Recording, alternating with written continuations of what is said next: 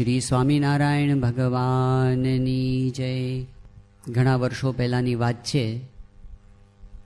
Persia દેશની અંદર એક રાજકુમાર હતો. નામ હતું એનું પ્રિન્સ ઝેમાયર. એને ખબર હતી કે મારે ભવિષ્યની અંદર રાજા બનવાનું છે. એટલે એણે એક એવો વિચાર કરેલો કે હું મારા દેશનું રાજ્ય સારી રીતે ચલાવી શકું એટલા માટે મારે આખી દુનિયામાં માનવ જાતનો અત્યાર સુધીનો જે ઇતિહાસ છે એ પહેલાં જાણવો છે, જેનાથી હું રાજ્યનું સંચાલન સારી રીતે કરી શકું. આ વિચાર એના મનમાં આવ્યો એટલે એણે આખા રાજ્યમાંથી ઘણા બધા વિદ્વાનોને ભેગા કર્યા. આ પ્રોજેક્ટ આપ્યો કે જ્યારથી માણસની ઉત્પત્તિ થઈ ત્યારથી શરૂ કરીને અત્યાર સુધીનો બધો જ ઇતિહાસ તમે ભેગો કરીને લાવો. કામ ઘણું બધું મોટું હતું, પ્રોજેક્ટ બહુ મોટો હતો. એટલે બધા વિદ્વાનો હતા એ ભેગા થયા અને મંડ્યા, પણ આ તો વર્ષો સુધી ચાલે એવું કામ હતું. પેલો જે પ્રિન્સ હતો એ કિંગ બની ગયો, પણ હજી કામ પૂરું થયું નહોતું. ઘણા બધા વર્ષોની મહેનતના અંતે એ બધા પંડિતો ભેગું કરીને લાવ્યા સાહિત્ય. 12 ઊંટ લઈને આવ્યા હતા અને એક એક ઊંટ ઉપર 500 પોથીઓ હતી. આ બધું ભેગું કરીને લાવ્યા અને કીધું કે અમે આખી દુનિયાનો ઇતિહાસ ભેગો કરીને લાવ્યા છીએ. પેલા કિંગ બની ગયેલા ઝેમાયરે કીધું કે આ તો બહુ અઘરું કામ છે મારા માટે, આટલું બધું વાંચવું કે અભ્યાસ કરવો. તમે એક કામ કરો, ફરી વખત જાઓ અને એવું કરો કે આમાંથી જે અગત્યની વસ્તુઓ હોય એવી વસ્તુઓ સાર કાઢીને તમે મારી પાસે લાવો. ફરી વખત પેલા પંડિતો ગયા. વર્ષો સુધીની પાછી મહેનત. આ બાજુ પેલા રાજાની ઉંમર પણ વધતી ચાલી અને વર્ષો પછી ભેગું કરીને લાવ્યા. 3 ઊંટ લઈને આવ્યા હતા અને એક એક ઊંટ ઉપર 500 પોથીઓ હતી. પેલા કીધું આય મારાથી નહીં વંચાય, ફરી વખત જાઓ, આનોય સાર કાઢીને લાવો. ફરી પાછા મંડ્યા. કેટલાય પંડિતો તો ગુજરી ગયા. છેલ્લે ગધેડા ઉપર 50 પોથી લઈને આવ્યો એક પંડિત. તો ઓલો એ વખતે તો એટલો બધો ઘરડો થઈ ગયો, તો હવે તો મારાથી વંચાતું નથી, હજી આનો સાર કાઢીને લાવો. ફરી વખત ગયો અને એક પોથી લઈને આવ્યો, પણ એ વખતે ઝેમાયર મરણ પથારી હતો. એને અફસોસ વ્યક્ત કર્યો કે મારી ઈચ્છા તો ઘણી બધી હતી, પણ મારાથી વિશ્વના માનવ જાતના ઇતિહાસનો અભ્યાસ થઈ શક્યો નહીં. જે પેલો સામે ઘરડો પંડિત હતો એણે કીધું કે મહારાજ, જો તમે કહેતા હો તો ભલે તમારી પાસે આ બધું વાંચવાનો સમય નથી, પણ હું તમને સાર 3 વાક્યમાં કહી દઉં.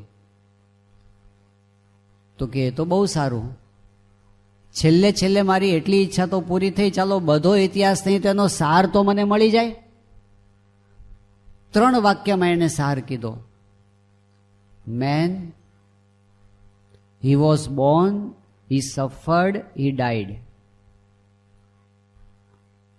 માણસ જન્મ્યો, જીવનભર એ પીડાતો રહ્યો અને મરી ગયો.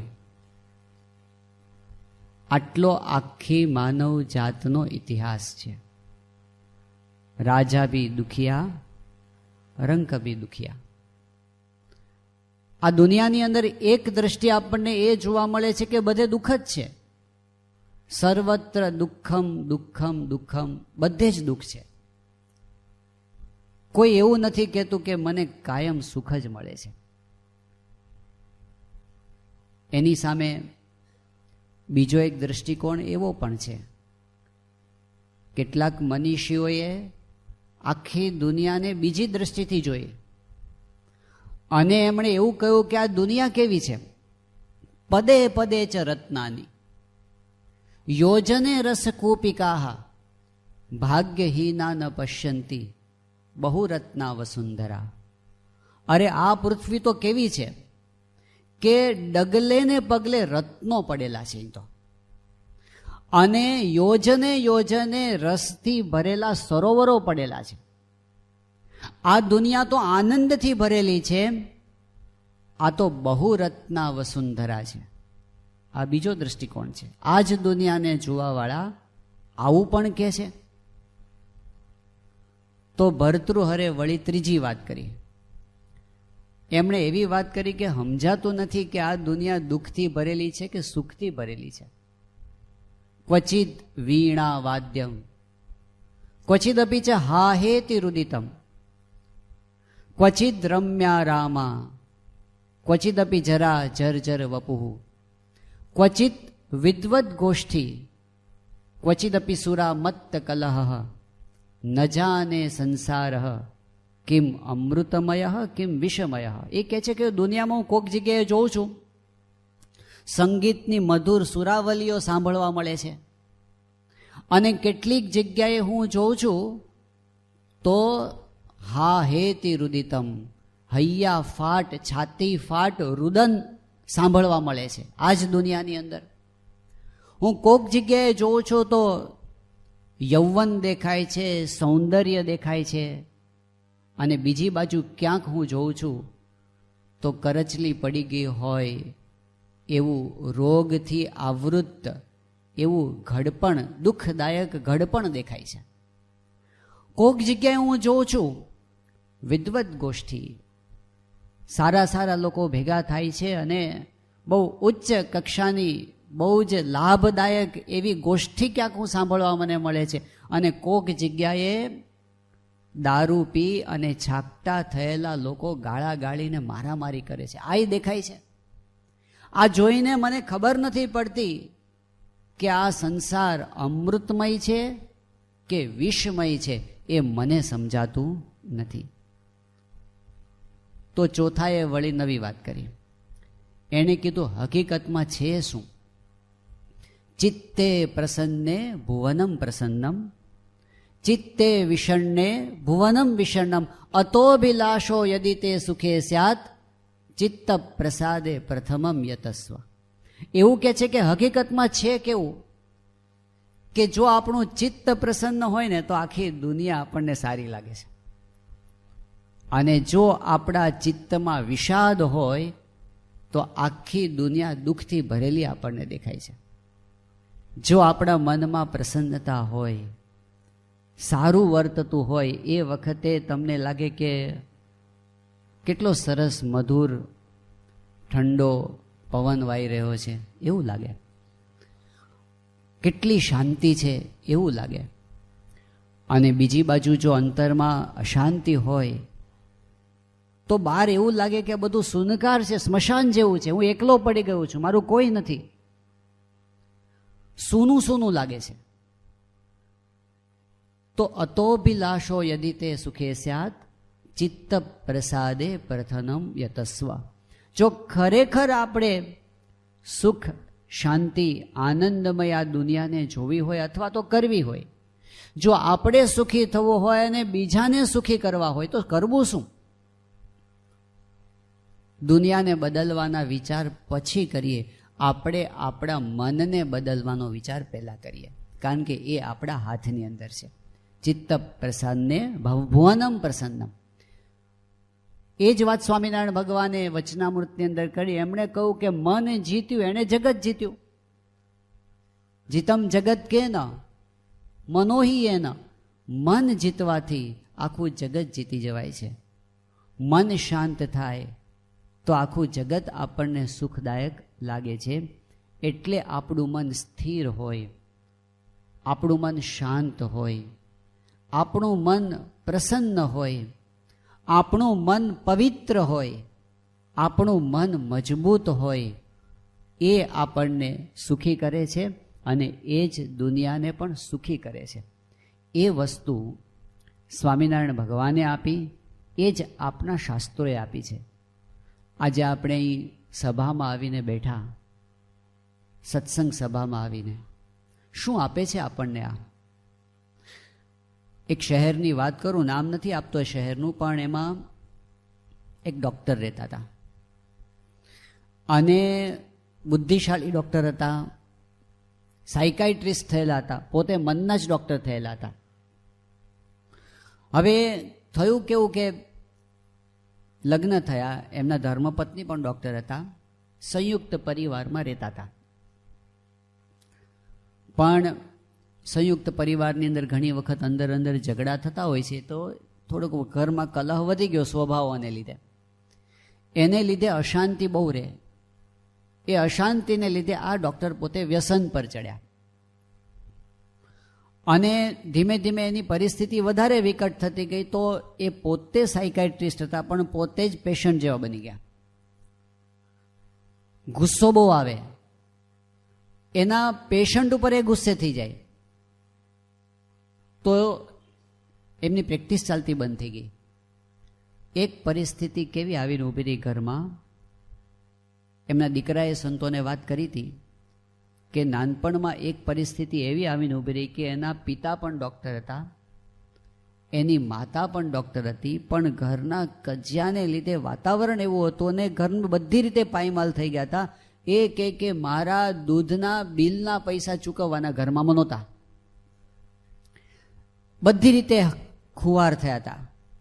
એવા સમયની અંદર એકવાર એવું થયું કે એ ડૉક્ટર પોતે પસાર થતા હશે રસ્તા ઉપર, અને રસ્તા ઉપર મંદિર બની રહ્યું હતું.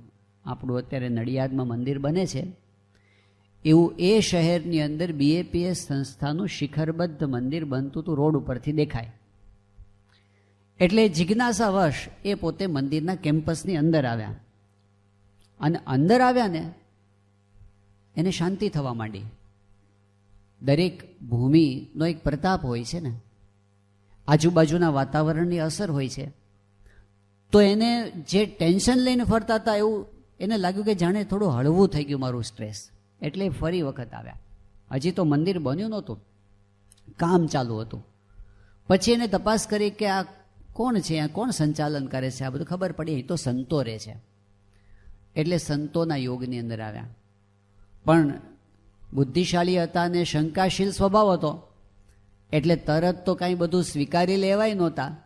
એટલે એને તપાસ કરવાનું ચાલુ કર્યું કે આ સંતો છે કેવા. એટલે એનું જીવન તપાસે. રાતના 11:30 વાગે આવે અને સંત આશ્રમમાં આંટો મારે કે આ બધા શું કરે છે.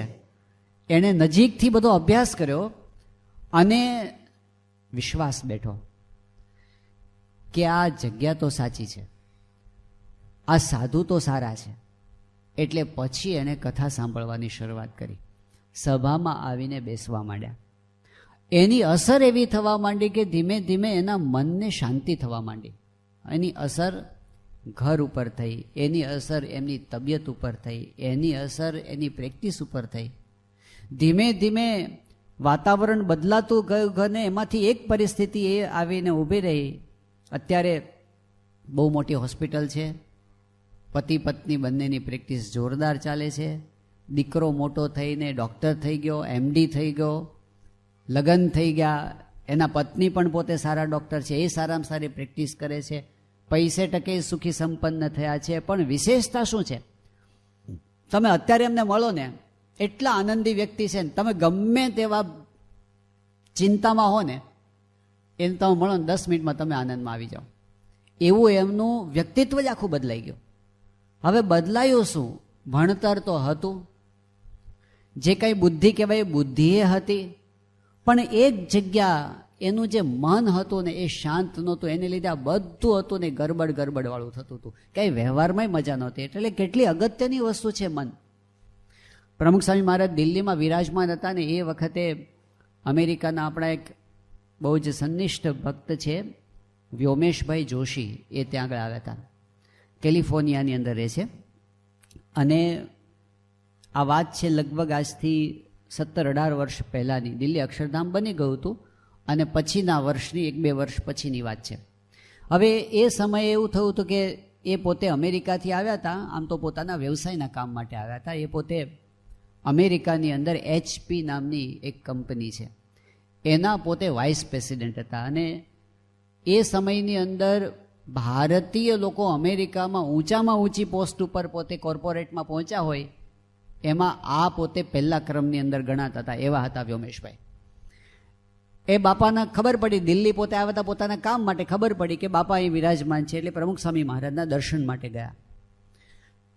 સ્વામીશ્રીને મળ્યા, સ્વામીશ્રીએ એમને આશીર્વાદ આપ્યા, બધી વાતચીત થઈ. એમની સાથે એક અમેરિકન ભાઈ હતા, એમણે પરિચય આપ્યો કે સ્વામી આ મારી સાથે આવ્યા છે અને એ પોતે સાયકાઇટ્રિસ્ટ છે, મનના ડૉક્ટર છે, એ મારી ભેગા આવ્યા છે. સ્વામી કીધું કે એ કેમ અહીંયા ભારત જોવા માટે આવે છે? એ કે ના એવું નથી સ્વામી, એ મારા પર્સનલ ડૉક્ટર છે, મારી કંપનીએ એમને નોકરીએ રાખ્યા છે અને એને હું દુનિયામાં ગમે ત્યાં જાઉં મારી ભેગા ને ભેગા એમને રહેવાનું, એનું હું એક જ એમનો ક્લાયન્ટ અને એ મારા ડૉક્ટર. એને આખી દુનિયામાં મારી ભેગા, મારા માટે એને $1,00,000 પગાર કંપની આપે છે મારી ભેગો રાખવા માટે. એટલે સ્વામી કીધું એવું કેમ? એ કે એને એક જ કામ કરવાનું, મારું મન ઠેકાણે રાખવાનું, કારણ કે આખી કંપની મારા મનના આધારે છે. જો કંઈક ગરબડ હું ડિસ્ટર્બ થઈશ તો મારા એક નિર્ણયના આધારે કંપનીને $1,00,000 નુકસાન થઈ શકે. એટલે એને પોસાય છે આને $1,00,000 આપવા, એને પોસાય છે. એનો અર્થ શું થયો કે શરીરના સ્વાસ્થ્ય માટે આખી દુનિયા કંઈક ને કંઈક કરતી હોય છે, પણ જે વસ્તુ છટકી જાય છે નજરમાંથી એ વસ્તુ છે આપણું મન. એને પણ રેગ્યુલર ટ્રીટમેન્ટની જરૂર પડે છે, એને પણ વ્યાયામની જરૂર પડે છે, એની પણ શુદ્ધિની જરૂર પડે છે. અને એનું બેસ્ટ સ્થાન હોય ને તો અહીંયા છે, આપણે અહીં બેઠા ને એ શ્રીજી મહારાજે કારિયાણીના 12મા વચનામૃતની અંદર આ વાત કરી છે. મહારાજ કહે છે કે ગમે તેવો કામી, ક્રોધી, લોભી, લંપટ જીવ હોય, એટલે હવે તમે કલ્પના કરી શકો, ગમે તેવો એટલે છેલ્લી પાયરી આવી ગઈ. ગમે તેવો કામી, ક્રોધી, લોભી, લંપટ જીવ હોય, પણ એ જો વિશ્વાસ રાખીને પ્રીતિએ સહિત ભગવાનની કથા વાર્તા સાંભળે તો એમાં જેવો મન સ્થિર થાય છે, શાંત થાય છે, પવિત્ર થાય છે, એવું બીજા કોઈ સાધનથી થતું નથી. પછી મહારાજ સાધનો બતાવે છે. મહારાજ કે તમે ધ્યાન કરશો ને એમાં પણ આવું મન સ્થિર નહીં થાય. ઘણા લોકો ધ્યાનની એવી શિબિરો ભરતા હોય છે મન શાંત કરવા માટે, અને એમાં લાભ પણ થાય છે, અમુક કક્ષા સુધી એનો લાભ પણ થાય છે, પણ ધ્યાનમાં જે શાંતિ છે એના કરતાં કથા વાર્તામાં શાંતિ વધારે છે. બીજી વાત મહારાજ કરી છે, તમે તપ્ત કૃચ્છ ચાંદ્રાયણ વ્રત કરો અને મન શાંત થાય ને એના કરતાં વધારે શાંતિ ઘણા તપશ્ચર્યા કરવાથી જતા રહેતા એકાંતમાં, એના કરતાં વધારે મન શાંત કથા વાર્તામાં થાય છે. ત્રીજી વાત બતાવી કે તમે મંત્ર જાપ કરતા હશો એમાં જેવી શાંતિ થતી હશે એના કરતાં પણ વધારે શાંતિ ભગવાનની કથા વાર્તા સાંભળવામાં થાય છે. વિશ્વાસ રાખીને પ્રીતિએ સહિત ભગવાનની વાત સાંભળવી એમાં ખરેખર શાંતિ છે. કઈ રીતે શાંતિ છે? તો પહેલી વસ્તુ તો એ છે કે ભગવાનના ચરિત્રો જ શાંતિદાયક છે. જો આપણે બીજું કાંઈ ન કરીએ ને ચરિત્રો વાંચતા સાંભળતા થઈ જઈએ ને તો એમાં જ કેટલી બધી શાંતિ છે. વ્યાસજીનો પ્રસંગ બધાને ખબર છે કે મહર્ષિ વેદવ્યાસ હતા, બહુ બુદ્ધિશાળી હતા. આપણે ત્યાં અત્યાર સુધી ભારત વર્ષમાં જેટલા કાંઈ શાસ્ત્રો છે એ મોટો ખજાનો છે, પણ એમાં મોટો ફાળો વ્યાસજીનો છે. વેદના વિભાગો કર્યા, બ્રહ્મસૂત્રોની રચના કરી, મહાભારત જેવો ઇતિહાસ ગ્રંથ રચ્યો, 18 પુરાણો કર્યા. આ બધું જ જેણે કર્યું એ વ્યાસજી, એમને જ્યારે અશાંતિ થઈ એ વખતે નારદજીએ એમને ઉપાય કયો બતાવ્યો હતો કે તમે ભગવાનના ચરિત્રોનું મહિમાએ સહિત ગાન કરો, એમાંથી જે બી શાંતિ થશે એ બીજેથી નહીં થાય. અને વ્યાસજીએ કર્યું ભાગવત અને એમને શાંતિ થઈ. પ્રગટ ભગવાનના ચરિત્રોની વાત હતી. મહારાજના વખતની અંદર મુક્તાનંદ સ્વામી જેવા મોટા સંત, એમને પણ એકવાર ડિસ્ટર્બન્સ થઈ ગયું. એમણે કીધું મહારાજ શાંતિ નથી થતી, કંઈક ઉપાય બતાવો. હવે એમની શાંતિ આપણા જેવી તો ન હોય, આપણે તો સાધારણ બાબતના અશાંતિ થઈ જાય છે, પણ એ તો બહુ મોટી કક્ષાના સંત હતા. પણ અશાંતિ ત્યાં પણ વળગે છે. એમણે કીધું કે શાંતિ થતી નથી. મહારાજે એમને પોતાના ચરિત્રો કયા. એમને સમજાયું નહીં એટલે મહારાજે કીધું તમે ગામડે વિચરણ કરવા માટે જાઓ. વિચરણ કરવા જતા હતા ને નિત્યાનંદ સ્વામી સામે મળ્યા કે સ્વામી ક્યાં ઉપડ્યા? કીધું મેં મહારાજને શાંતિનો ઉપાય બતાવ્યો અને મહારાજ તો પોતાના ચરિત્રો કહેવા માંડ્યા. પછી મેં પૂછ્યું કે શાંતિનો ઉપાય બતાવો તો મહારાજ કે તમે વિચરણ કરવા જાઓ. એટલે નિત્યાનંદ સ્વામી કે તમે સમજ્યા નહીં, આ ભગવાનના પ્રગટ ભગવાનના ચરિત્રોમાં શાંતિ છે. તમે એ કરશો એટલે તમને શાંતિ થશે. પાછા આવ્યા અને પછી શ્રીજી મહારાજના વચનમાં વિશ્વાસ એમને આવ્યો. એમણે આ ચરિત્રોનું ગાન કર્યું અને એમને શાંતિ થઈ. સ્વરૂપાનંદ સ્વામી બહુ મહાન સંત હતા. એમની તો સ્થિતિ કેવી હતી કે મહારાજે આનંદાનંદ સ્વામી, મુક્તાનંદ સ્વામી અને સ્વરૂપાનંદ સ્વામી આ ત્રણેય સંતોને એક પ્રશ્ન પૂછ્યો કે અમે તમને કોઈ કામ સોંપીએ, પ્રવૃત્તિ સોંપીએ તો તમે કેવી રીતે કરો? પ્રવૃત્તિ માત્ર અશાંતિ જન્માવે છે, પણ તમે પ્રવૃત્તિ કરો કેવી રીતે? તો આનંદાનંદ સ્વામીએ કીધું કે મહારાજ તમે જેમ કહો ને એમ હું કરી નાખું. આ પણ એક બહુ મહત્વની વસ્તુ છે, જેમ કેમ કરી નાખવું સહેલું નથી. મહારાજ રાજી થયા. મુક્તાનંદ સ્વામીને પૂછ્યું તમે કેવી રીતે કરો? તમને કોઈ કામ સોંપીએ કે આ કામ કરવાનું છે, કેવી રીતે કરો? તો એમણે કહ્યું કે મહારાજ મારી વૃત્તિ અંતરમાં તમારી મૂર્તિમાં જોડાયેલી હોય. જ્યારે તમે મને કોઈ કામ સોંપો, પ્રવૃત્તિ સોંપો, ત્યારે મારે શું કરવું પડે? એક વેત વૃત્તિ બહાર કાઢવી પડે. એક વેત વૃત્તિ બહાર કાઢવી પડે. અને જ્યારે કામ પૂરું થાય ત્યારે એક હાથ વૃત્તિ હું પાછી વાળું એટલે મને શાંતિ થાય. વૃત્તિની પણ સાઈઝ હોય છે, આપણને તો એ ખબર નથી કે એક વેત વૃત્તિ અને એક હાથ વૃત્તિ. એમણે કીધું કે એક હાથ વૃત્તિ હું પાછી વાળું મને ત્યારે શાંતિ થાય. પછી મહારાજે સ્વરૂપાનંદ સ્વામીને પૂછ્યું તમે કેવી રીતે કરો? એમણે કહ્યું મહારાજ જ્યારે તમે મને કોઈ ક્રિયા સોંપો અને હું કોઈ પણ ક્રિયા કરવા માટે જાઉં અને મને કોઈ વસ્તુ દેખાય જ નહીં, હું જ્યાં જાઉં ત્યાં મને તમારી મૂર્તિ જ દેખાય, બીજું કાંઈ ન દેખાય. મહારાજ કે એ કેવી રીતે? તો સ્વરૂપાનંદ સ્વામીએ કીધું કે કોઈ તીર હોય અને એની આગળ લીંબુ ખોસી દીધું હોય અને પછી નિશાન લે, જ્યાં જ્યાં નિશાન લે ત્યાં ત્યાં લીંબુ, બધે લીંબુ જ દેખાય, કારણ કે તીરમાં ખોસેલું છે લીંબુ. એવી રીતે મારી વૃત્તિ તમારી મૂર્તિમાં પરોવાયેલી છે. એટલે જ્યાં જ્યાં મારી મૂર્તિ જાય છે ને ત્યાં તમારા સિવાય બીજું કાંઈ દેખાતું નથી. મહારાજ બહુ રાજી થયા. આવી સ્થિતિવાળા સ્વરૂપાનંદ સ્વામી, એમને અશાંતિ થઈ. એકવાર કીધું મહારાજ શાંતિ થાય એવું કરો. એ વખતે મહારાજે આ જ કર્યું, પોતાના ચરિત્રો કયા. અને સ્વરૂપાનંદ સ્વામીને પહેલાં તો મહારાજે કસોટી કરી. મહારાજે કીધું કે જાઓ પર્વતભાઈ પાસે જાઓ, એ શાંતિની વાત કરશે. પર્વતભાઈ પાસે ગયા તો પર્વતભાઈએ તો મોટા સંત આવ્યા હતા એટલે એમને બેસાડ્યા, એમની પાસે આસન બની કે સ્વામી કથા વાર્તા કરો. સ્વરૂપાનંદ સ્વામી કથા વાર્તા પણ કરી. પછી પાછા ગયા. મહારાજ કે શું કરી આવ્યા? કે કથા વાર્તા કરી આવ્યો. મહારાજ કે કરવા નહોતા મોકલ્યા, સાંભળવા મોકલ્યા હતા, જાઓ પાછા. તે પાછા મોકલ્યા સ્વરૂપાનંદ સ્વામીને પર્વતભાઈ પાસે. ને એ વખતે પર્વતભાઈએ એવું કીધું કે સ્વામી શાંતિ જો મેળવવી હોય તો આ સ્વામિનારાયણ ભગવાન સાક્ષાત પ્રગટ વિરાજમાન છે, એમના સંબંધવાળું બધું દિવ્ય છે. આ દાદા ખાચરનો દરબાર દિવ્ય છે. તમે દાદા ખાચરના દરબારના નળિયાનું ધ્યાન કરો, એમાંથી શાંતિ થશે. શું કહેવા માગતા હતા પર્વતભાઈ? શું કહેવા માગતા હતા?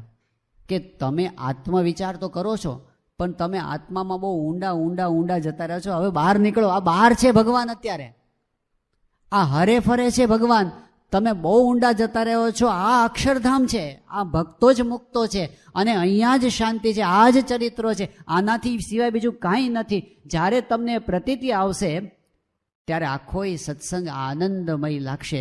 બધામાં દિવ્યતા તમને દેખાશે. પ્રથમના 28માં વચનામૃતની અંદર મહારાજે કીધું જ્યારે બધા ભક્તોની અંદર ગુણ દેખાવા માંડે, જ્યારે બધા મારાથી મોટા છે એવું દેખાવા માંડે, જ્યારે સત્સંગની અંદર દિવ્યતા દેખાવા માંડે, ત્યારે મહારાજ કે આઠે પોર આનંદના મહાસાગરમાં એ ઝીલતો રહે છે. આઠે પોર મહાસાગરમાં, જે મહારાજે પોતે પુરુષોત્તમ બોલા પ્રીતેમાં કહ્યું છે કે ભગવાનને ભજતા સર્વે ભક્તો દિવ્ય છે. આ મર્મની વાત જે કોઈ સમજે, ધારે અને વિચારે એ મગ્ન થઈ જાય છે, જગ જીતી જાય છે. આઠે પહોર આનંદ એનો ટળતો નથી. એટલે આ કરવા જેવું ખરું કે નહીં? બોલો, ખોટ બે પ્રકારની હોય છે ને.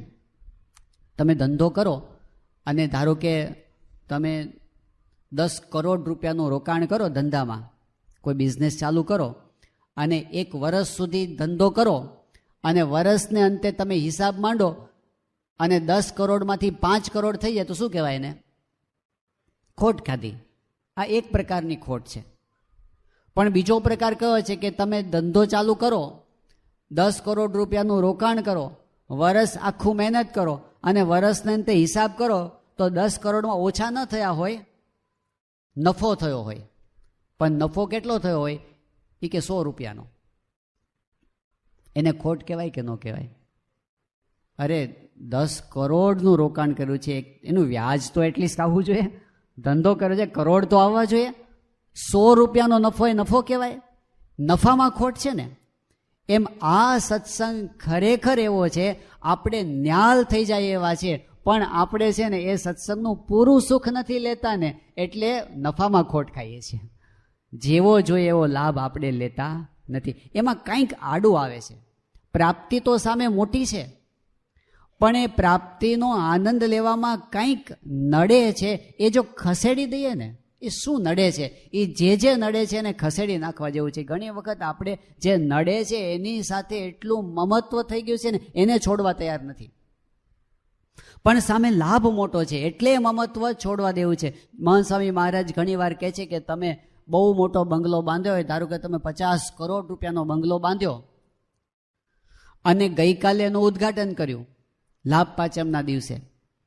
આજે છે, ગઈકાલે ગઈ ને, લાભ પાંચમના દિવસે તમે એનું ઉદ્ઘાટન કર્યું 50 કરોડના બંગલાનું, અને પછી કોઈ તમારો એકદમ સાચો સ્નેહી વિશ્વાસુ મિત્ર હોય, જાણકાર હોય, અને એ કહે કે આ બંગલો તું તોડી નાખ. એ કે મૂરખ છે, હજી ગઈકાલે આ 50 કરોડનો બંગલો બાંધ્યો છે, કાલે ઉદ્ઘાટન કરશું, તું તોડવાની વાત કરે છે. એ કે હું તને સાવ સાચી વાત કરું છું, તું તોડી નાખ, કારણ કે તારો આ વિશાળ બંગલો છે, વાત સાચી, પણ આ જ બંગલાની નીચે ખનીજ તેલ છે અને અબજો અબજો અબજો રૂપિયાનું તેલ છે. તું જેટલું વહેલું કાઢીશ એટલો વહેલો અબજપતિ થઈશ. તો એ કે કાલે બુલડોઝર મૂકો. કારણ કે આ 50 કરોડ છે વાત સાચી, પણ એ 50 કરોડ બીજા લાખો કરોડો અબજો કરોડને રોકી રહ્યો છે, એટલે 50 કરોડને હટાવી દો, કારણ કે નડે છે. એમ આપણને ગમે એવી કેટલીક વસ્તુઓ હોય છે જેને આપણે છોડવા માગતા નથી, પણ એ મોટું સુખ લેવામાં નડે છે. આ સત્સંગની પ્રાપ્તિને માણવામાં નડે છે. જેવા મહંત સ્વામી મહારાજ તો બહુ સ્પષ્ટપણે આપણને સ્વરૂપની વાતો કરી દીધી છે.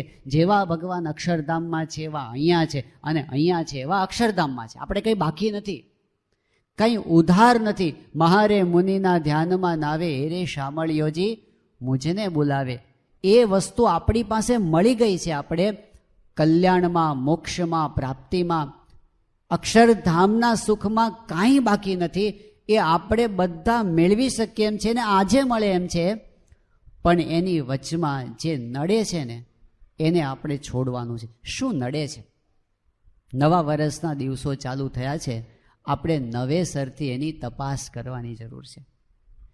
એક વસ્તુ જો નડતી હોય આપણને તો એ કઈ છે? પ્રમુખ સ્વામી મહારાજ વારંવાર આ વાત કહેતા.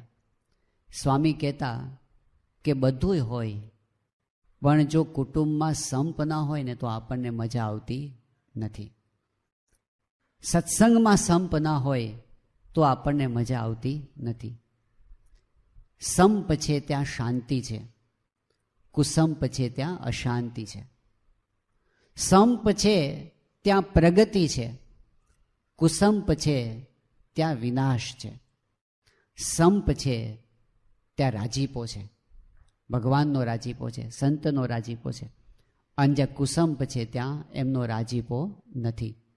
આપણે યાદ કરીએ, મહંત સ્વામી મહારાજ ગુરુપદે આવ્યા પછીની પહેલી દિવાળી હતી જ્યારે 2016ની સાલમાં, અને એ દિવસે સ્વામીએ આપણને એક પત્ર લખ્યો હતો આખા સત્સંગ સમુદાયને ઉદ્દેશીને. અને એમાં સ્વામીએ દિવાળી અને નવા વર્ષની ભેટ સોગાદ એવું ટાઇટલ મારી અને આપણને પત્ર લખ્યો હતો. એ ભેટ સોગાદમાં સ્વામીએ કીધું કે તમે બધા નિષ્ઠાવાન છો, સારી સેવા કરો છો, શંકા વગરની વાત છે. પણ પછી એમણે કહ્યું કે હવે આપણો પોતાનો સત્સંગ એ આપણે વધારે દ્રઢ કરવો હોય સુખ શાંતિ માટે, અને એ સત્સંગનો વિકાસ કરવો હોય સાચા અર્થમાં, તો એના માટે મુખ્ય વસ્તુ એમણે કઈ કીધી, તો એના માટે જરૂરી છે સંપ. અને પછી સ્વામી એમાં એક વસ્તુ ઉમેરી. સ્વામી કે એ વસ્તુ આપણને ખબર તો છે, સંપ જરૂરી છે, આપણને બધાને સંપ ગમે છે, કોઈને કુસંપ કંકાસ કોઈને ગમતો નથી, એ આપણને બધાને ખબર છે. પણ સ્વામીએ શું કહ્યું કે જો આપણે ખરેખર સંપ વધારવો હોય તો એના માટે શું કરવું, કે સામેવાળા પાસેથી બિલકુલ અપેક્ષા ન રાખવી. બીજા તરફથી સહકાર મળે તો ભલે, ન મળે તો બિલકુલ અપેક્ષા ન રાખવી. સ્વામી કીધું કે એ વિચાર કરવો કે મારે સંપ રાખવો છે.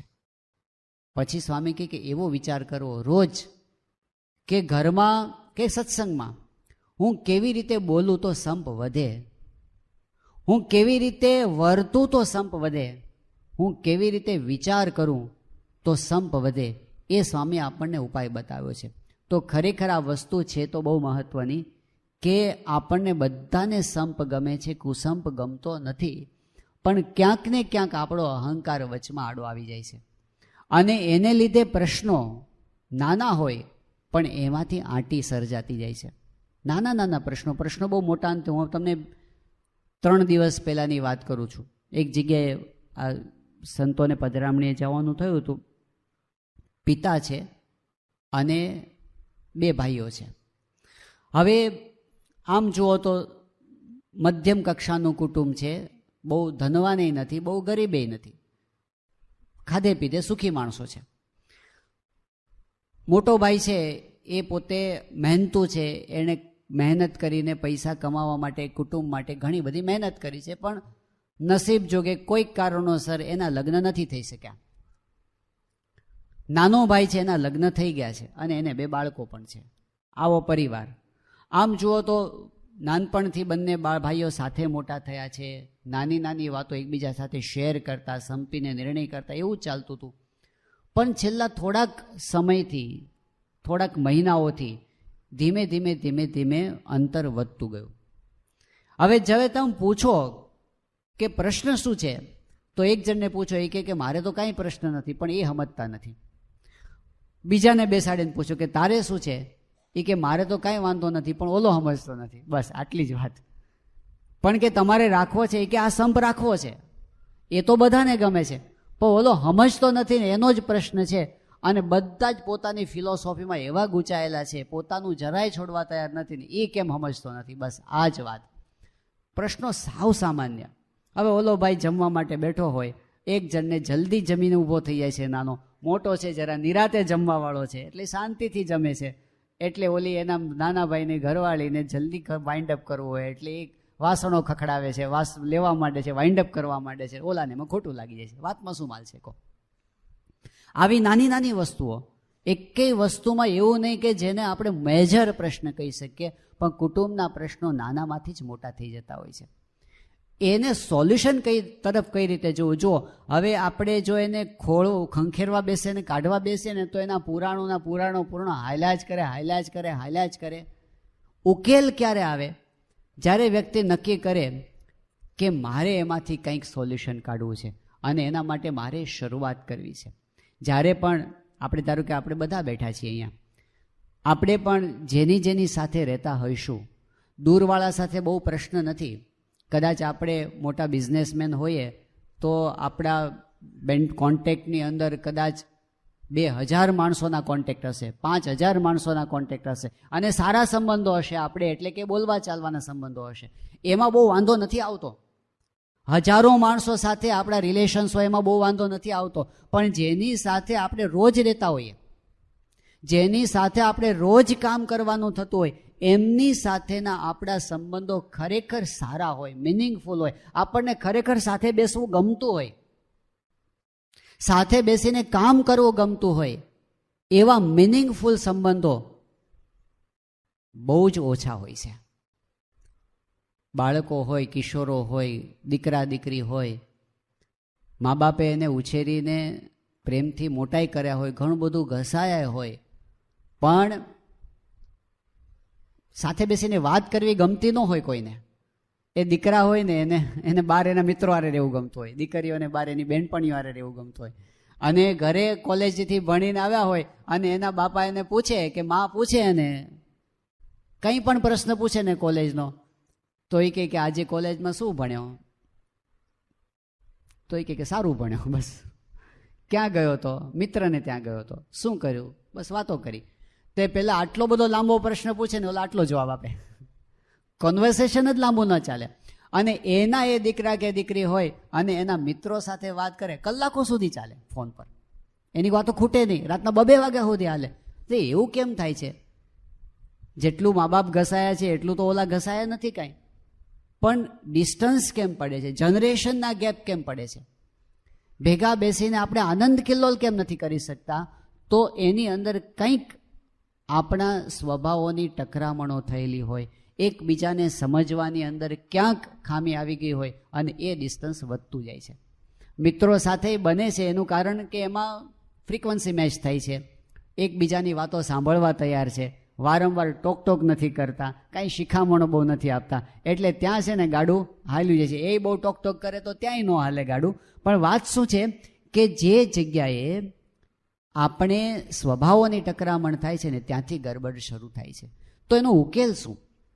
ઉકેલ છે શરૂઆત ક્યાંકથી તો કરવી પડે, અને એ શરૂઆત આપણે પોતાનાથી કરવી પડે. એક વખત એક સંત હતા અને પોતે હરિભક્ત એમની સાથે વિચરણમાં જોડાયા હશે, પરદેશમાં સાથે જોડાયા હતા.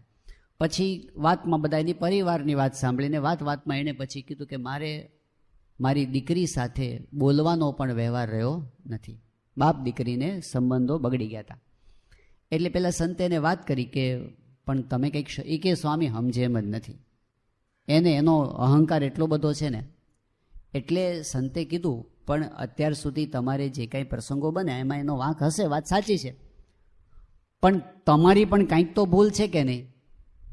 એટલે પછી સંતે કીધું એટલે વાતમાં પછી એણે સ્વીકાર્યું કે હા, મેં પણ ગુસ્સો કર્યો છે, મેં પણ એને તડફડ કરી નાખ્યું છે, મેં પણ એની ઉપેક્ષા કરી છે, આવું બધું કીધું એણે. કારણ કે મારા કયા પ્રમાણે નહોતી કરતી એટલે મેં આવી રીતે એની સાથે વર્તન કર્યું. પછી સંતે કીધું કે જો એણે ભૂલ કરીએ તો બરાબર, પણ તમે પણ ભૂલ તો કરી છે. તો હવે એક કામ કરો કે તમે છે ને એક વખત એને ફોન કરો. એ કે સ્વામી એ નહીં થાય, એ મારાથી નહીં થાય, પણ કીધું કે તમે એકવાર ટ્રાય કરો અને એકવાર જેટલી તમારી ભૂલ છે ને એટલા માટે એને સોરી કહી દો. બહુ કીધું ને ત્યારે તૈયાર થયા અને એણે એની દીકરીને ફોન કર્યો અને એની દીકરીને બહુ આશ્ચર્ય થયું. એણે ફોન ઉપાડ્યો અને આણે કીધું કે બેટા સોરી, હું તારી માફી માગું છું. બસ આટલું જ કીધું ને એમાં એની દીકરી ધ્રુસકે રડી પડી. એનો હૈયાનો બંધ બધો છૂટી ગયો, જે કાંઈ આંટીઓ હતી બધી ઉકલી ગઈ અને સંબંધો નવેસરથી ચાલુ થઈ ગયા. આટલું કહેવાની અંદર વર્ષો જતા રહેશે. બોલો, આટલું જ હોય છે. કોશિશ કરવી હોય તો કરજો. આ સભા પૂરી થાય ને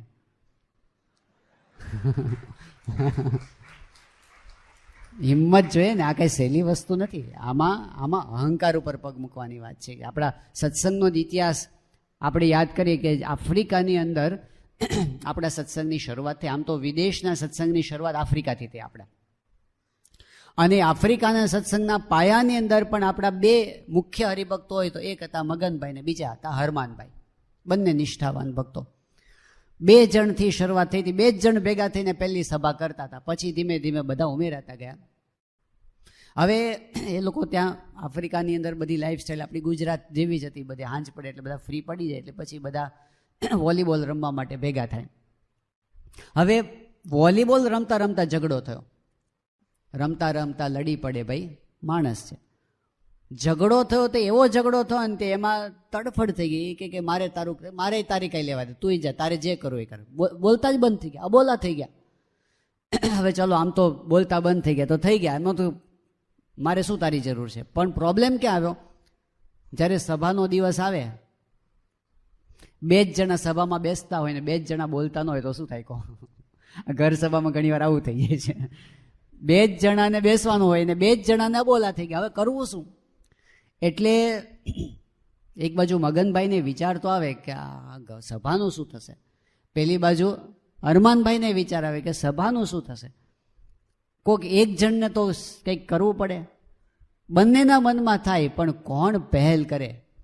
છેલ્લે હરમાનભાઈથી રહેવાયું નહીં, એટલે એણે બહુ હિંમત કરી અને મગનભાઈના ઘરે ગયા. પછી તો જેમ જેમ એક ડગલું છે ને 1 કિલોમીટર જેવું લાગે છે, એટલે કારણ કે આમાં કેટલો અહંકાર મૂકવો પડે. અને છેલ્લે એમણે બારણું ખખડાવ્યું અને મગનભાઈએ બારણું ખોલ્યું. હરમાનભાઈને કીધું કે મગનભાઈ, આપણે સભા નથી કરવી? એ કે બહુ સારું કર્યું તમે આવી ગયા, હું રાહ જ જોતો હતો કે તમે આવી જાઓ ને તો આપણે સભા કરવી છે. એ દિવસે એ 2માંથી 1 જણે જો ન મૂક્યો હોત ને તો આફ્રિકાનો સત્સંગ ના હોત. અને જો આફ્રિકાનો સત્સંગ ના હોત તો ઇંગ્લેન્ડનો પણ ના હોત, કારણ કે આફ્રિકાથી જ ઇંગ્લેન્ડ ગયો છે ને. અને જો ઇંગ્લેન્ડનો સત્સંગ ના હોત તો અમેરિકાને ન હોત, કારણ કે ત્યાંથી જ શરૂઆત થઈ છે અમેરિકાના સત્સંગની.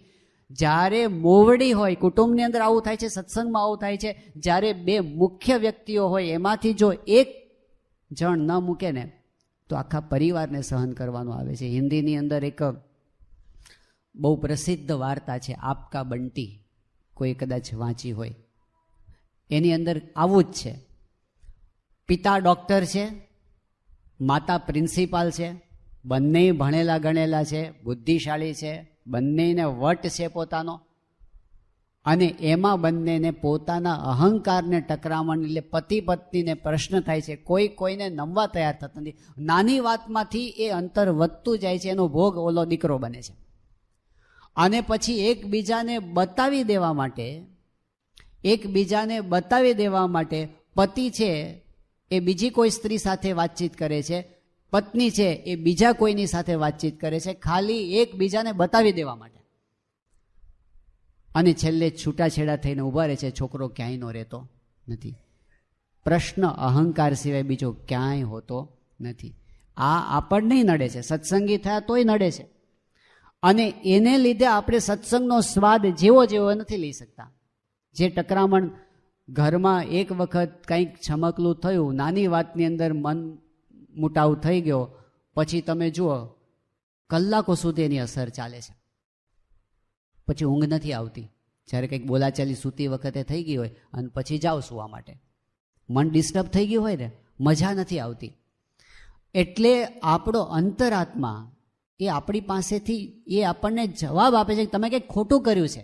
જ્યારે અશાંતિ થાય ત્યારે સમજવું આપણે કંઈક ખોટું કર્યું છે. અશાંતિનું એ મીટર છે. જેમ આપણને શરીરમાં તાવ આવે ને, ડૉક્ટર અહીં બેઠા છે, આપણને શરીરમાં તાવ આવે ને, એ તાવ શું છે? ભગવાને મૂકેલું એક પ્રકારનું એક મીટર છે. એ આપણને બતાવે છે કે શરીરમાં કંઈક ગડબડ છે. કારણો ઘણા બધા હોય. તમને વાયરલ ઇન્ફેક્શનનો તાવ આવ્યો હોય, તમને સ્ટમકની અંદર કંઈક ફૂડ પોઈઝનિંગ થયું હોય એનો તાવ આવે ને, ઘણી વખત કમળાનો તાવ આવતો હોય છે, ઘણી વખત મેલેરિયાનો તાવ આવતો હોય છે, ઘણી વખત કંઈક વાગ્યું હોય ને દુખાવામાંથી તાવ આવી જાય છે, ઘણી વખત યુરિનલ ટ્રેકમાં ઇન્ફેક્શન હોય એનો તાવ, ઘણા કારણો હોઈ શકે. હવે તાવ આવે એટલે કોઈ વ્યક્તિ પેરાસિટામોલ લઈને તાવને દબાવી તો દે, પણ ડાયગ્નોસિસ કરવાની જરૂર છે. તાવ એ તો એક ઇન્ડિકેશન આપે છે. તમારું શરીર તમને કહે છે કે શરીરમાં કંઈક ગડબડ છે, તપાસ કરો, કંઈક અંદર પ્રોબ્લેમ છે. એ બતાવવા માટે ટેમ્પરેચર બહાર આવે છે ને. એવી રીતે કંઈ પણ જ્યારે આપણને અશાંતિ થાય ને, એ ઇન્ડિકેશન છે કે આપણે કંઈક ગડબડ કરી છે. કાં આપણા વર્તનમાં ગડબડ થઈ છે, કાં આપણી વાણીમાં ગડબડ થઈ છે, કાં આપણા વિચારમાં ગડબડ થઈ છે. કંઈક ભૂલ કરી હોય તો જ આપણને અશાંતિ થાય, એ વિના થાય નહીં. કારણ કે આત્મા છે એનું તો સચ્ચિદ આનંદ એનો સ્વભાવ છે. આત્માનો સ્વભાવ આનંદ છે, પરમાત્માનો સ્વભાવ આનંદ છે. અને એમના ખોળામાં આપણે બેઠા છીએ, પછી કેમ અશાંતિ થાય? તો એ તપાસ કરવા માટે છે. એ આપણને બતાવે છે કે હવે પ્રોગ્રેસ કરવાનો ટાઈમ આવ્યો, હવે તપાસ કરવાનો ટાઈમ આવ્યો. તો જ્યારે આવું થાય ત્યારે આપણે જાતને તપાસીએ. ઘણી વખત શું થતું હોય છે, આપણને થાય કે ભૂલ તો હોય આપણી, પણ આપણે એ ભૂલને સાચી સાબિત કરવાની અંદર ઘણી એનર્જી વાપરી નાખીએ છીએ. દલીલો કરવાની અંદર, આપણી ભૂલને ઢાંકવાની અંદર આપણે સ્વીકારતા નથી. ઘણી વખત એવું બને, આપણે કહીએ કે ભાઈ ભૂલ એની વધારે છે ને મારી ઓછી છે, એમાં ને એમાં વર્ષો કાઢી નાખતા હોય છે. 100% સાચી વાત હોય, સામેવાળાની ભૂલ વધારે હોય, આપણી ભૂલ ઓછી હોય. પણ જો આપણે ઉકેલ લાવવો હોય, એની શાંતિ જોતી હોય ને રાજીપો જોતો હોય, તો એના માટેનો એક જ ઉપાય છે કે આપણી થોડી ભૂલ હોય ને તો પણ એ થોડી ભૂલને જોવી, એને સુધારવી, એના માટે માફી માગવી. આ જ મહંત સ્વામી મહારાજે આપેલી ફોર્મ્યુલા છે.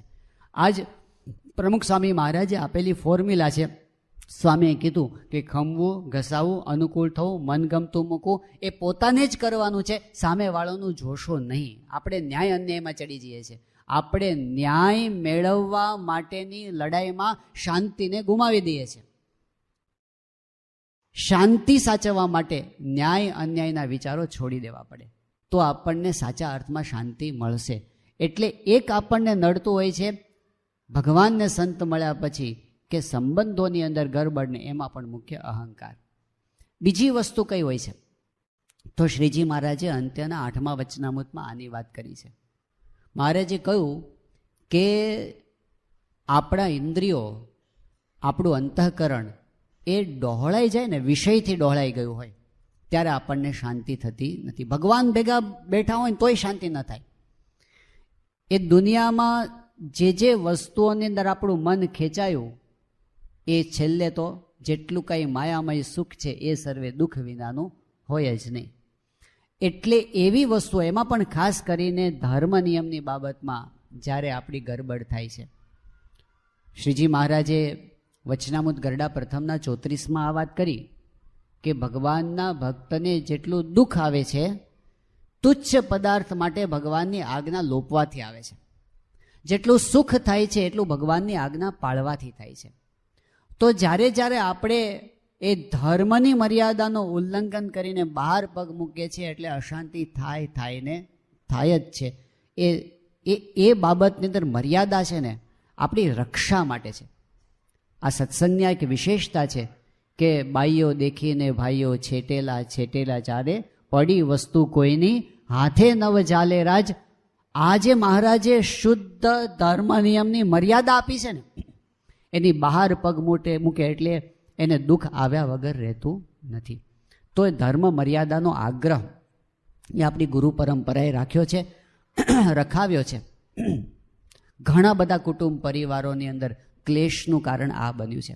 કદાચ કોઈક જાણે કે ના જાણે. હમણાં પૂજ્ય આનંદ સ્વરૂપ સ્વામી અમારી એક શિબિરની અંદર આ પ્રસંગ કહ્યો હતો.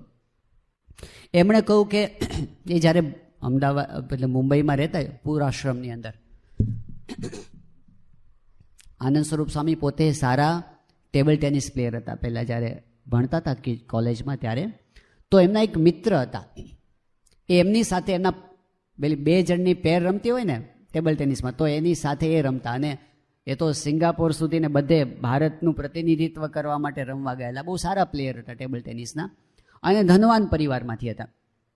આનંદ સ્વરૂપ સ્વામીએ તો દીક્ષા લઈ લીધી, પણ પેલા જે એમના મિત્ર હતા એને તો કંઈ સત્સંગનો યોગ હતો ને, એને પછી એ તો પોતે પોતાના બિઝનેસમાં ને એમાં પોતે આગળ વધ્યા હશે. વર્ષો સુધી કોઈ સંપર્ક નહોતો. પણ વર્ષો પછી આનંદ સ્વરૂપ સ્વામીને એ પોતે 20-25 વર્ષ પછી મળ્યા મુંબઈની અંદર મંદિરે. એ શોધતા આવે કે મારા મિત્ર હતા પેલા નિરંજન દવે, એ ક્યાં છે? તો ગોતતા પહોંચ્યા. અને પછી વર્ષો પછી મળ્યા એટલે પછી બધી એની સુખ દુઃખની વાતો કરી. એમાં મિત્ર હતા એટલે એને સાચા ભાવે, નિખાલસ ભાવે એને કીધું કે મારી પાસે બધું જ છે, પૈસા છે, પરિવાર છે, બંગલા છે, ગાડી છે, પણ અંતરમાં શાંતિ નથી. અને અશાંતિનું કારણ એને શું કીધું? અશાંતિનું કારણ એ જ કીધું કે હું મારા ધર્મ પત્ની પ્રત્યે વફાદાર નથી રહી શક્યો. એ મને ડંખે છે અંદરથી. એની પત્નીને તો ખબર નથી કદાચ, પણ એ મને ડંખે છે, અંતરાત્મા મને કોરી ખાય છે કે હું એને વફાદાર નથી. આ યુનિવર્સલ પ્રિન્સિપલ જેવું છે. શાંતિ એ સત્યની અંદર છે, અશાંતિ એ અસત્યની અંદર રહેલી છે. જ્યારે આપણે વફાદારી ગુમાવીએ છીએ કોઈ પણ જગ્યાએ, કોઈ પણ પ્રકારે, તો કદાચ આખી દુનિયાને આપણે છેતરી શકીશું, આપણા અંતરાત્માને આપણે ક્યારેય છેતરી શકતા નથી. અને એ અશાંતિ કરે છે. ધર્મ નિયમની મર્યાદા આ બહુ જ મોટી વસ્તુ છે, અને એ આપણા સત્સંગની વિશેષતા છે. આપણે આશરો તો મજબૂત છે, પણ આજ્ઞા પાલનની અંદર ખોટ આવવી જોઈએ નહીં. એક સેન્ટરની અંદર હું તમને મહિના પહેલાંની વાત કરું છું કે એક બહુ જ સારા સત્સંગી યુવાન અને બિઝનેસ સારો કરે, ભક્તિભાવવાળા, અને દર પૂનમે એની નજીકનું જે શિખરબદ્ધ મંદિર છે એ ત્યાંથી લગભગ 15 કિલોમીટર જેટલું થાય છે, એ પદયાત્રા કરે દર પૂનમે. અને શ્રાવણ માસની અંદર આખો મહિનો સવારે વહેલા મંગળા આરતીમાં પહોંચે, 15 કિલોમીટર ચાલીને, આખો મહિનો, વર્ષોથી એનો એવો નિયમ છે. એટલે ભક્તિભાવવાળા પણ છે. પણ જુઓ ગરબડ ક્યાં થાય છે, આપણે ત્યાં ધર્મ સહિત ભક્તિની વાત મહારાજે કરી છે ને, એની કેટલી અગત્યતા છે. પદયાત્રા કરતા ત્યારે બીજા બધાય જતા હોય, કારણ કે મોટું શિખરબદ્ધ મંદિર છે, પ્રસિદ્ધ છે, પદયાત્રાનો ત્યાં મહિમા છે, એ જતા હોય. તો કેટલાક બહેનો પણ ચાલીને જતા હોય, પદયાત્રા કરે. પદયાત્રા કરતાં કરતાં વાતો કરતા જાય, એમાં શું, એમાં તો કંઈ ખોટું નથી. પણ એમ કરતાં કરતાં વાતચીત વધતી ગઈ, એમ કરતાં કરતાં ફોન થવા માંડ્યા, એમ કરતાં કરતાં એ લોકો કંઈ એવું કોઈ ખરાબ આચરણ નથી કર્યું, પણ એટલું તો થઈ ગયું કે વાતચીતની અંદર પણ વિવેક તો ચૂકી ગયા. અને આ વાતની ખબર પેલા જે બહેન હતા એના પતિને ખબર પડી. આ પણ પરણેલા છે, પેલાય પરણેલા છે, પણ એમાંથી જે ક્લેશ થયો, એમાંથી જે અશાંતિ થઈ, એમાંથી એમને જે દુઃખ થયું, રડ્યા જ કરે કે મારાથી આ ભૂલ થઈ ગઈ, એને શાંતિ નહોતી થતી. બાપાને પત્ર લખ્યો, એણે પોતાની ભૂલ માટે પ્રાયશ્ચિત્ત લઈ લીધું, એમાંથી પાછા વળી ગયા. અત્યારે એના અંતરે શાંતિ છે. એટલે સિદ્ધાંતો દીવાદાંડી જેવા છે. પેલું સ્ટીફન કવિનું દ્રષ્ટાંત આવે છે ને કે અમેરિકાની અંદર એક વખત એવું થયું કે અમેરિકન નેવી, ત્યાંની જે નેવીનું સ્ટીમર એ જતું હતું અંધારામાં દરિયાની અંદર, અને વચ્ચે એક લાઇટ દેખાણી સામેથી, એટલે સામેથી એક જહાજ આવતું હોય એવું એમને લાગ્યું. હવે એના રૂટની અંદર વચ્ચે સામે આવતું હતું, એટલે જહાજ ઉપરથી એણે પેલા વાયરલેસ દ્વારા મેસેજ મોકલ્યો સામેના જે દેખાતું હતું એને, કે તમે તમારું જે વહાણ છે એને 10 ડિગ્રી જમણી બાજુ ખસેડી લો, કારણ કે તમે અમારા રસ્તામાં આવો છો. તો સામેથી વાયરલેસમાં મેસેજ આવ્યો કે તમે ખસી જાઓ, અમે નહીં ખસીએ, એવો જવાબ આવ્યો. તો આણે કીધું કે હું અમેરિકન નેવીનો હું કેપ્ટન બોલું છું, તમે ખસી જાઓ. તો સામેથી જવાબ આપ્યો કે હું કેપ્ટન નથી, હું સામાન્ય લેમેન છું, પણ અમારાથી નહીં ખસાય, તમે ખસી જાઓ. પણ પેલા કે તને ખબર છે હું આર્મી નેવીનો માણસ બોલું છું, અમેરિકન નેવીનો, ખસી જાતું. તો સામેથી કીધું કે તમે ખસો, કારણ કે હું તો દીવાદાંડી ઉપરથી બોલું છું. દીવાદાંડી ન ખસે, આપણે ખસવું પડે. આપણે ગમે એટલા મોટા હોય ને તો એ દીવાદાંડી જ છે. એમ ધર્મના સિદ્ધાંતો એ સિદ્ધાંતો છે, સિદ્ધાંતો ખસતા નથી. આપણે જ એડજસ્ટમેન્ટ કરી અને સિદ્ધાંત ઉપર આજે નહીં તો કાલે આવવું જ પડે છે, એ વિના છૂટકો નથી. એવી રીતે આ ધર્મના સિદ્ધાંતો પાયાના સિદ્ધાંતો છે. અને એટલે આપણી ગુરુ પરંપરાએ કેટલો એનો આગ્રહ રાખ્યો છે. આપણા મહાન ભક્તરાજનું નામ તમે સાંભળ્યું હશે, હર્ષદરાય દવે, હર્ષદરાય ત્રિભુવનદાસ દવે, જેમણે આપણને સ્વામિનારાયણ ભગવાનનું જીવન ચરિત્ર, ગુણાતીતાન સ્વામીનું જીવન ચરિત્ર, ભગતજી મહારાજનું, શાસ્ત્રીમાનું જીવન ચરિત્ર આપ્યું. પૂજ્ય ઈશ્વરચરણ સ્વામીના પૂર્વાશ્રમના પિતાશ્રી, એકાંતિક ભક્ત કહેવાય, એવી ઉચ્ચ કોટીના હતા. એ હર્ષદભાઈ દવે એમને પોતે કહેલો એક પ્રસંગ છે કે એકવાર એવું થયું કે ત્યાં ગોંડલની અંદર યોગીજી મહારાજ વિરાજમાન હતા. અને ગોંડલમાં આપણે જાણીએ છીએ કે મંદિરની સામે સભા મંડપ છે, જે જૂનો સભા મંડપ છે ને અત્યારે હજી પણ એઝ ઇટ ઇઝ છે. મંદિરના પગથિયાની બરાબર સામે જ છે સભા મંડપ. હવે યોગીજી મહારાજ સવારની કથામાં ત્યાં આવીને બેસે, એટલે યોગીજી મહારાજ આવીને બેસી ગયા. કથા સભા શરૂઆત થઈ હતી હજી તો. હર્ષદભાઈ છે એ પોતે અક્ષરદેરીમાં દર્શન કરી અને સભામાં જ આવતા હતા. અને સભામાં આવતા રસ્તામાં જે મંદિરના પગથિયા પૂરા થાય ત્યાં આગળ એક સત્સંગી બેન હતા, એમણે હર્ષદભાઈને રોક્યા. એ એની પોતાની સાથે એક પેલું ડબ્બો લઈ આવ્યા હતા અને ડબ્બામાં ઘરેથી નાસ્તો બનાવીને લાવ્યા હતા. એમણે હર્ષદભાઈને કીધું કે આ હર્ષદ કાકાને કે આ છે ને ઘરેથી નાસ્તો બનાવીને લાવ્યા છીએ, તમે આ ડબ્બો લઈ અને યોગીજી મહારાજના રસોડે લઈ જાઓ અને ખાલી ડબ્બો મને પાછા આપી જાઓ, કારણ કે મારે એ પાછો લઈ જવાનો છે. એટલે હર્ષદભાઈ ડબ્બો લીધો, ગયા ત્યાં આગળ ડબ્બો ખાલી કર્યો, એ બંધ કરી અને પાછો લઈ આવ્યા અને પેલા બેનને આપી દીધો અને પછી હર્ષદભાઈ સભામાં આવીને બેસી ગયા. આટલી ઘટના બની. પછી તો કથા ચાલી અને સભા પૂરી થઈ. છેલ્લે બધા પગે લાગવા આવ્યા, છેલ્લે હર્ષદ કાકા પણ આવ્યા અને યોગીજી મહારાજે હર્ષદભાઈને રોક્યા અને હર્ષદભાઈને યોગીજી મહારાજે કીધું કે તમે આજે ભૂલ કરી છે. એટલે હર્ષદ કાકા કે બાપા શું ભૂલ કરી? યોગી બાપા કે તમે કેમ બહેનો સાથે ડાયરેક્ટ વ્યવહાર કર્યો? એ કે સ્વામી મેં તો કંઈ કર્યું નથી. પછી એમને યાદ આવ્યું કે હા સ્વામી, એ તો પેલો નાસ્તાનો ડબ્બો હતો તો ખાલી કરીને પાછો આપ્યો. કે ભાઈ એ બરાબર, પણ તમે હાથો હાથ કેમ લીધો? તમારે એવું કહેવાય કે પેલા નીચે મૂકો, પછી એ ડબ્બો ખાલી કરીને તમે કે તમારે નીચે મૂકી દે કે હવે તમે લઈ જાઓ. આવું તમારે કરાય. તમે આ ભૂલ કરી છે, એક ઉપવાસ કરી નાખજો. યોગીજી મહારાજે ઉપવાસ આપ્યો એમને એક. આ હર્ષદ કાકા કહેતા, હર્ષદ કાકા પોતે એવા, એ તો પોતે ભક્તરાજ હતા મહાન, એમનું જીવન પણ એવું પવિત્ર હતું. એ એમની ખટક એમના અંતરમાં કેટલી હતી. પૂજ્ય આનંદ સ્વરૂપ સ્વામી એમનો એક પ્રસંગ કીધો હતો. આનંદ સ્વરૂપ સ્વામીનું પૂર્વાશ્રમનું ઘર અને હર્ષદ કાકાનું ઘર માટુંગાની અંદર સામસામે એમનું મકાન હતું.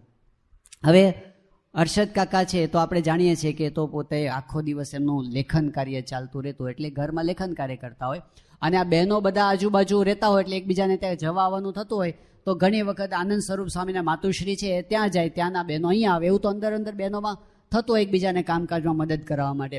તો એક વખત એવું હશે કે હર્ષદ કાકા પોતે ઘરમાં કામ કરતા હશે, આનંદ સ્વામીના માતુશ્રી છે એ પોતે એમના ઘરે ગયા હતા, હર્ષદભાઈના ઘરે, અને બહેનો કંઈક કામ કરતા હશે. એમાં બન્યું કે એની બાજુના ઘરની અંદર બીજા એક વૃદ્ધ મહિલા રહેતા હતા અને એમને કંઈક મદદની જરૂર પડી. એટલે એ હર્ષદ કાકાના ધર્મપત્નીને બોલાવવા માટે આવ્યો કે તમે મને એક 5 મિનિટ માટે આવો ને, મારે જરૂર છે.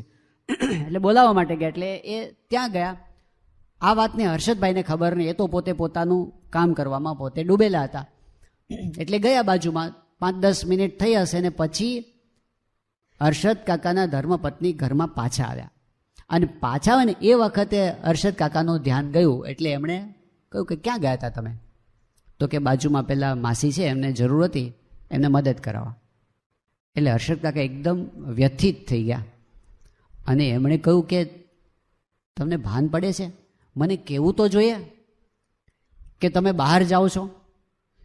જો મને તમે કીધું તો હું બહાર નીકળી જાત. પ્રશ્ન શું હતો?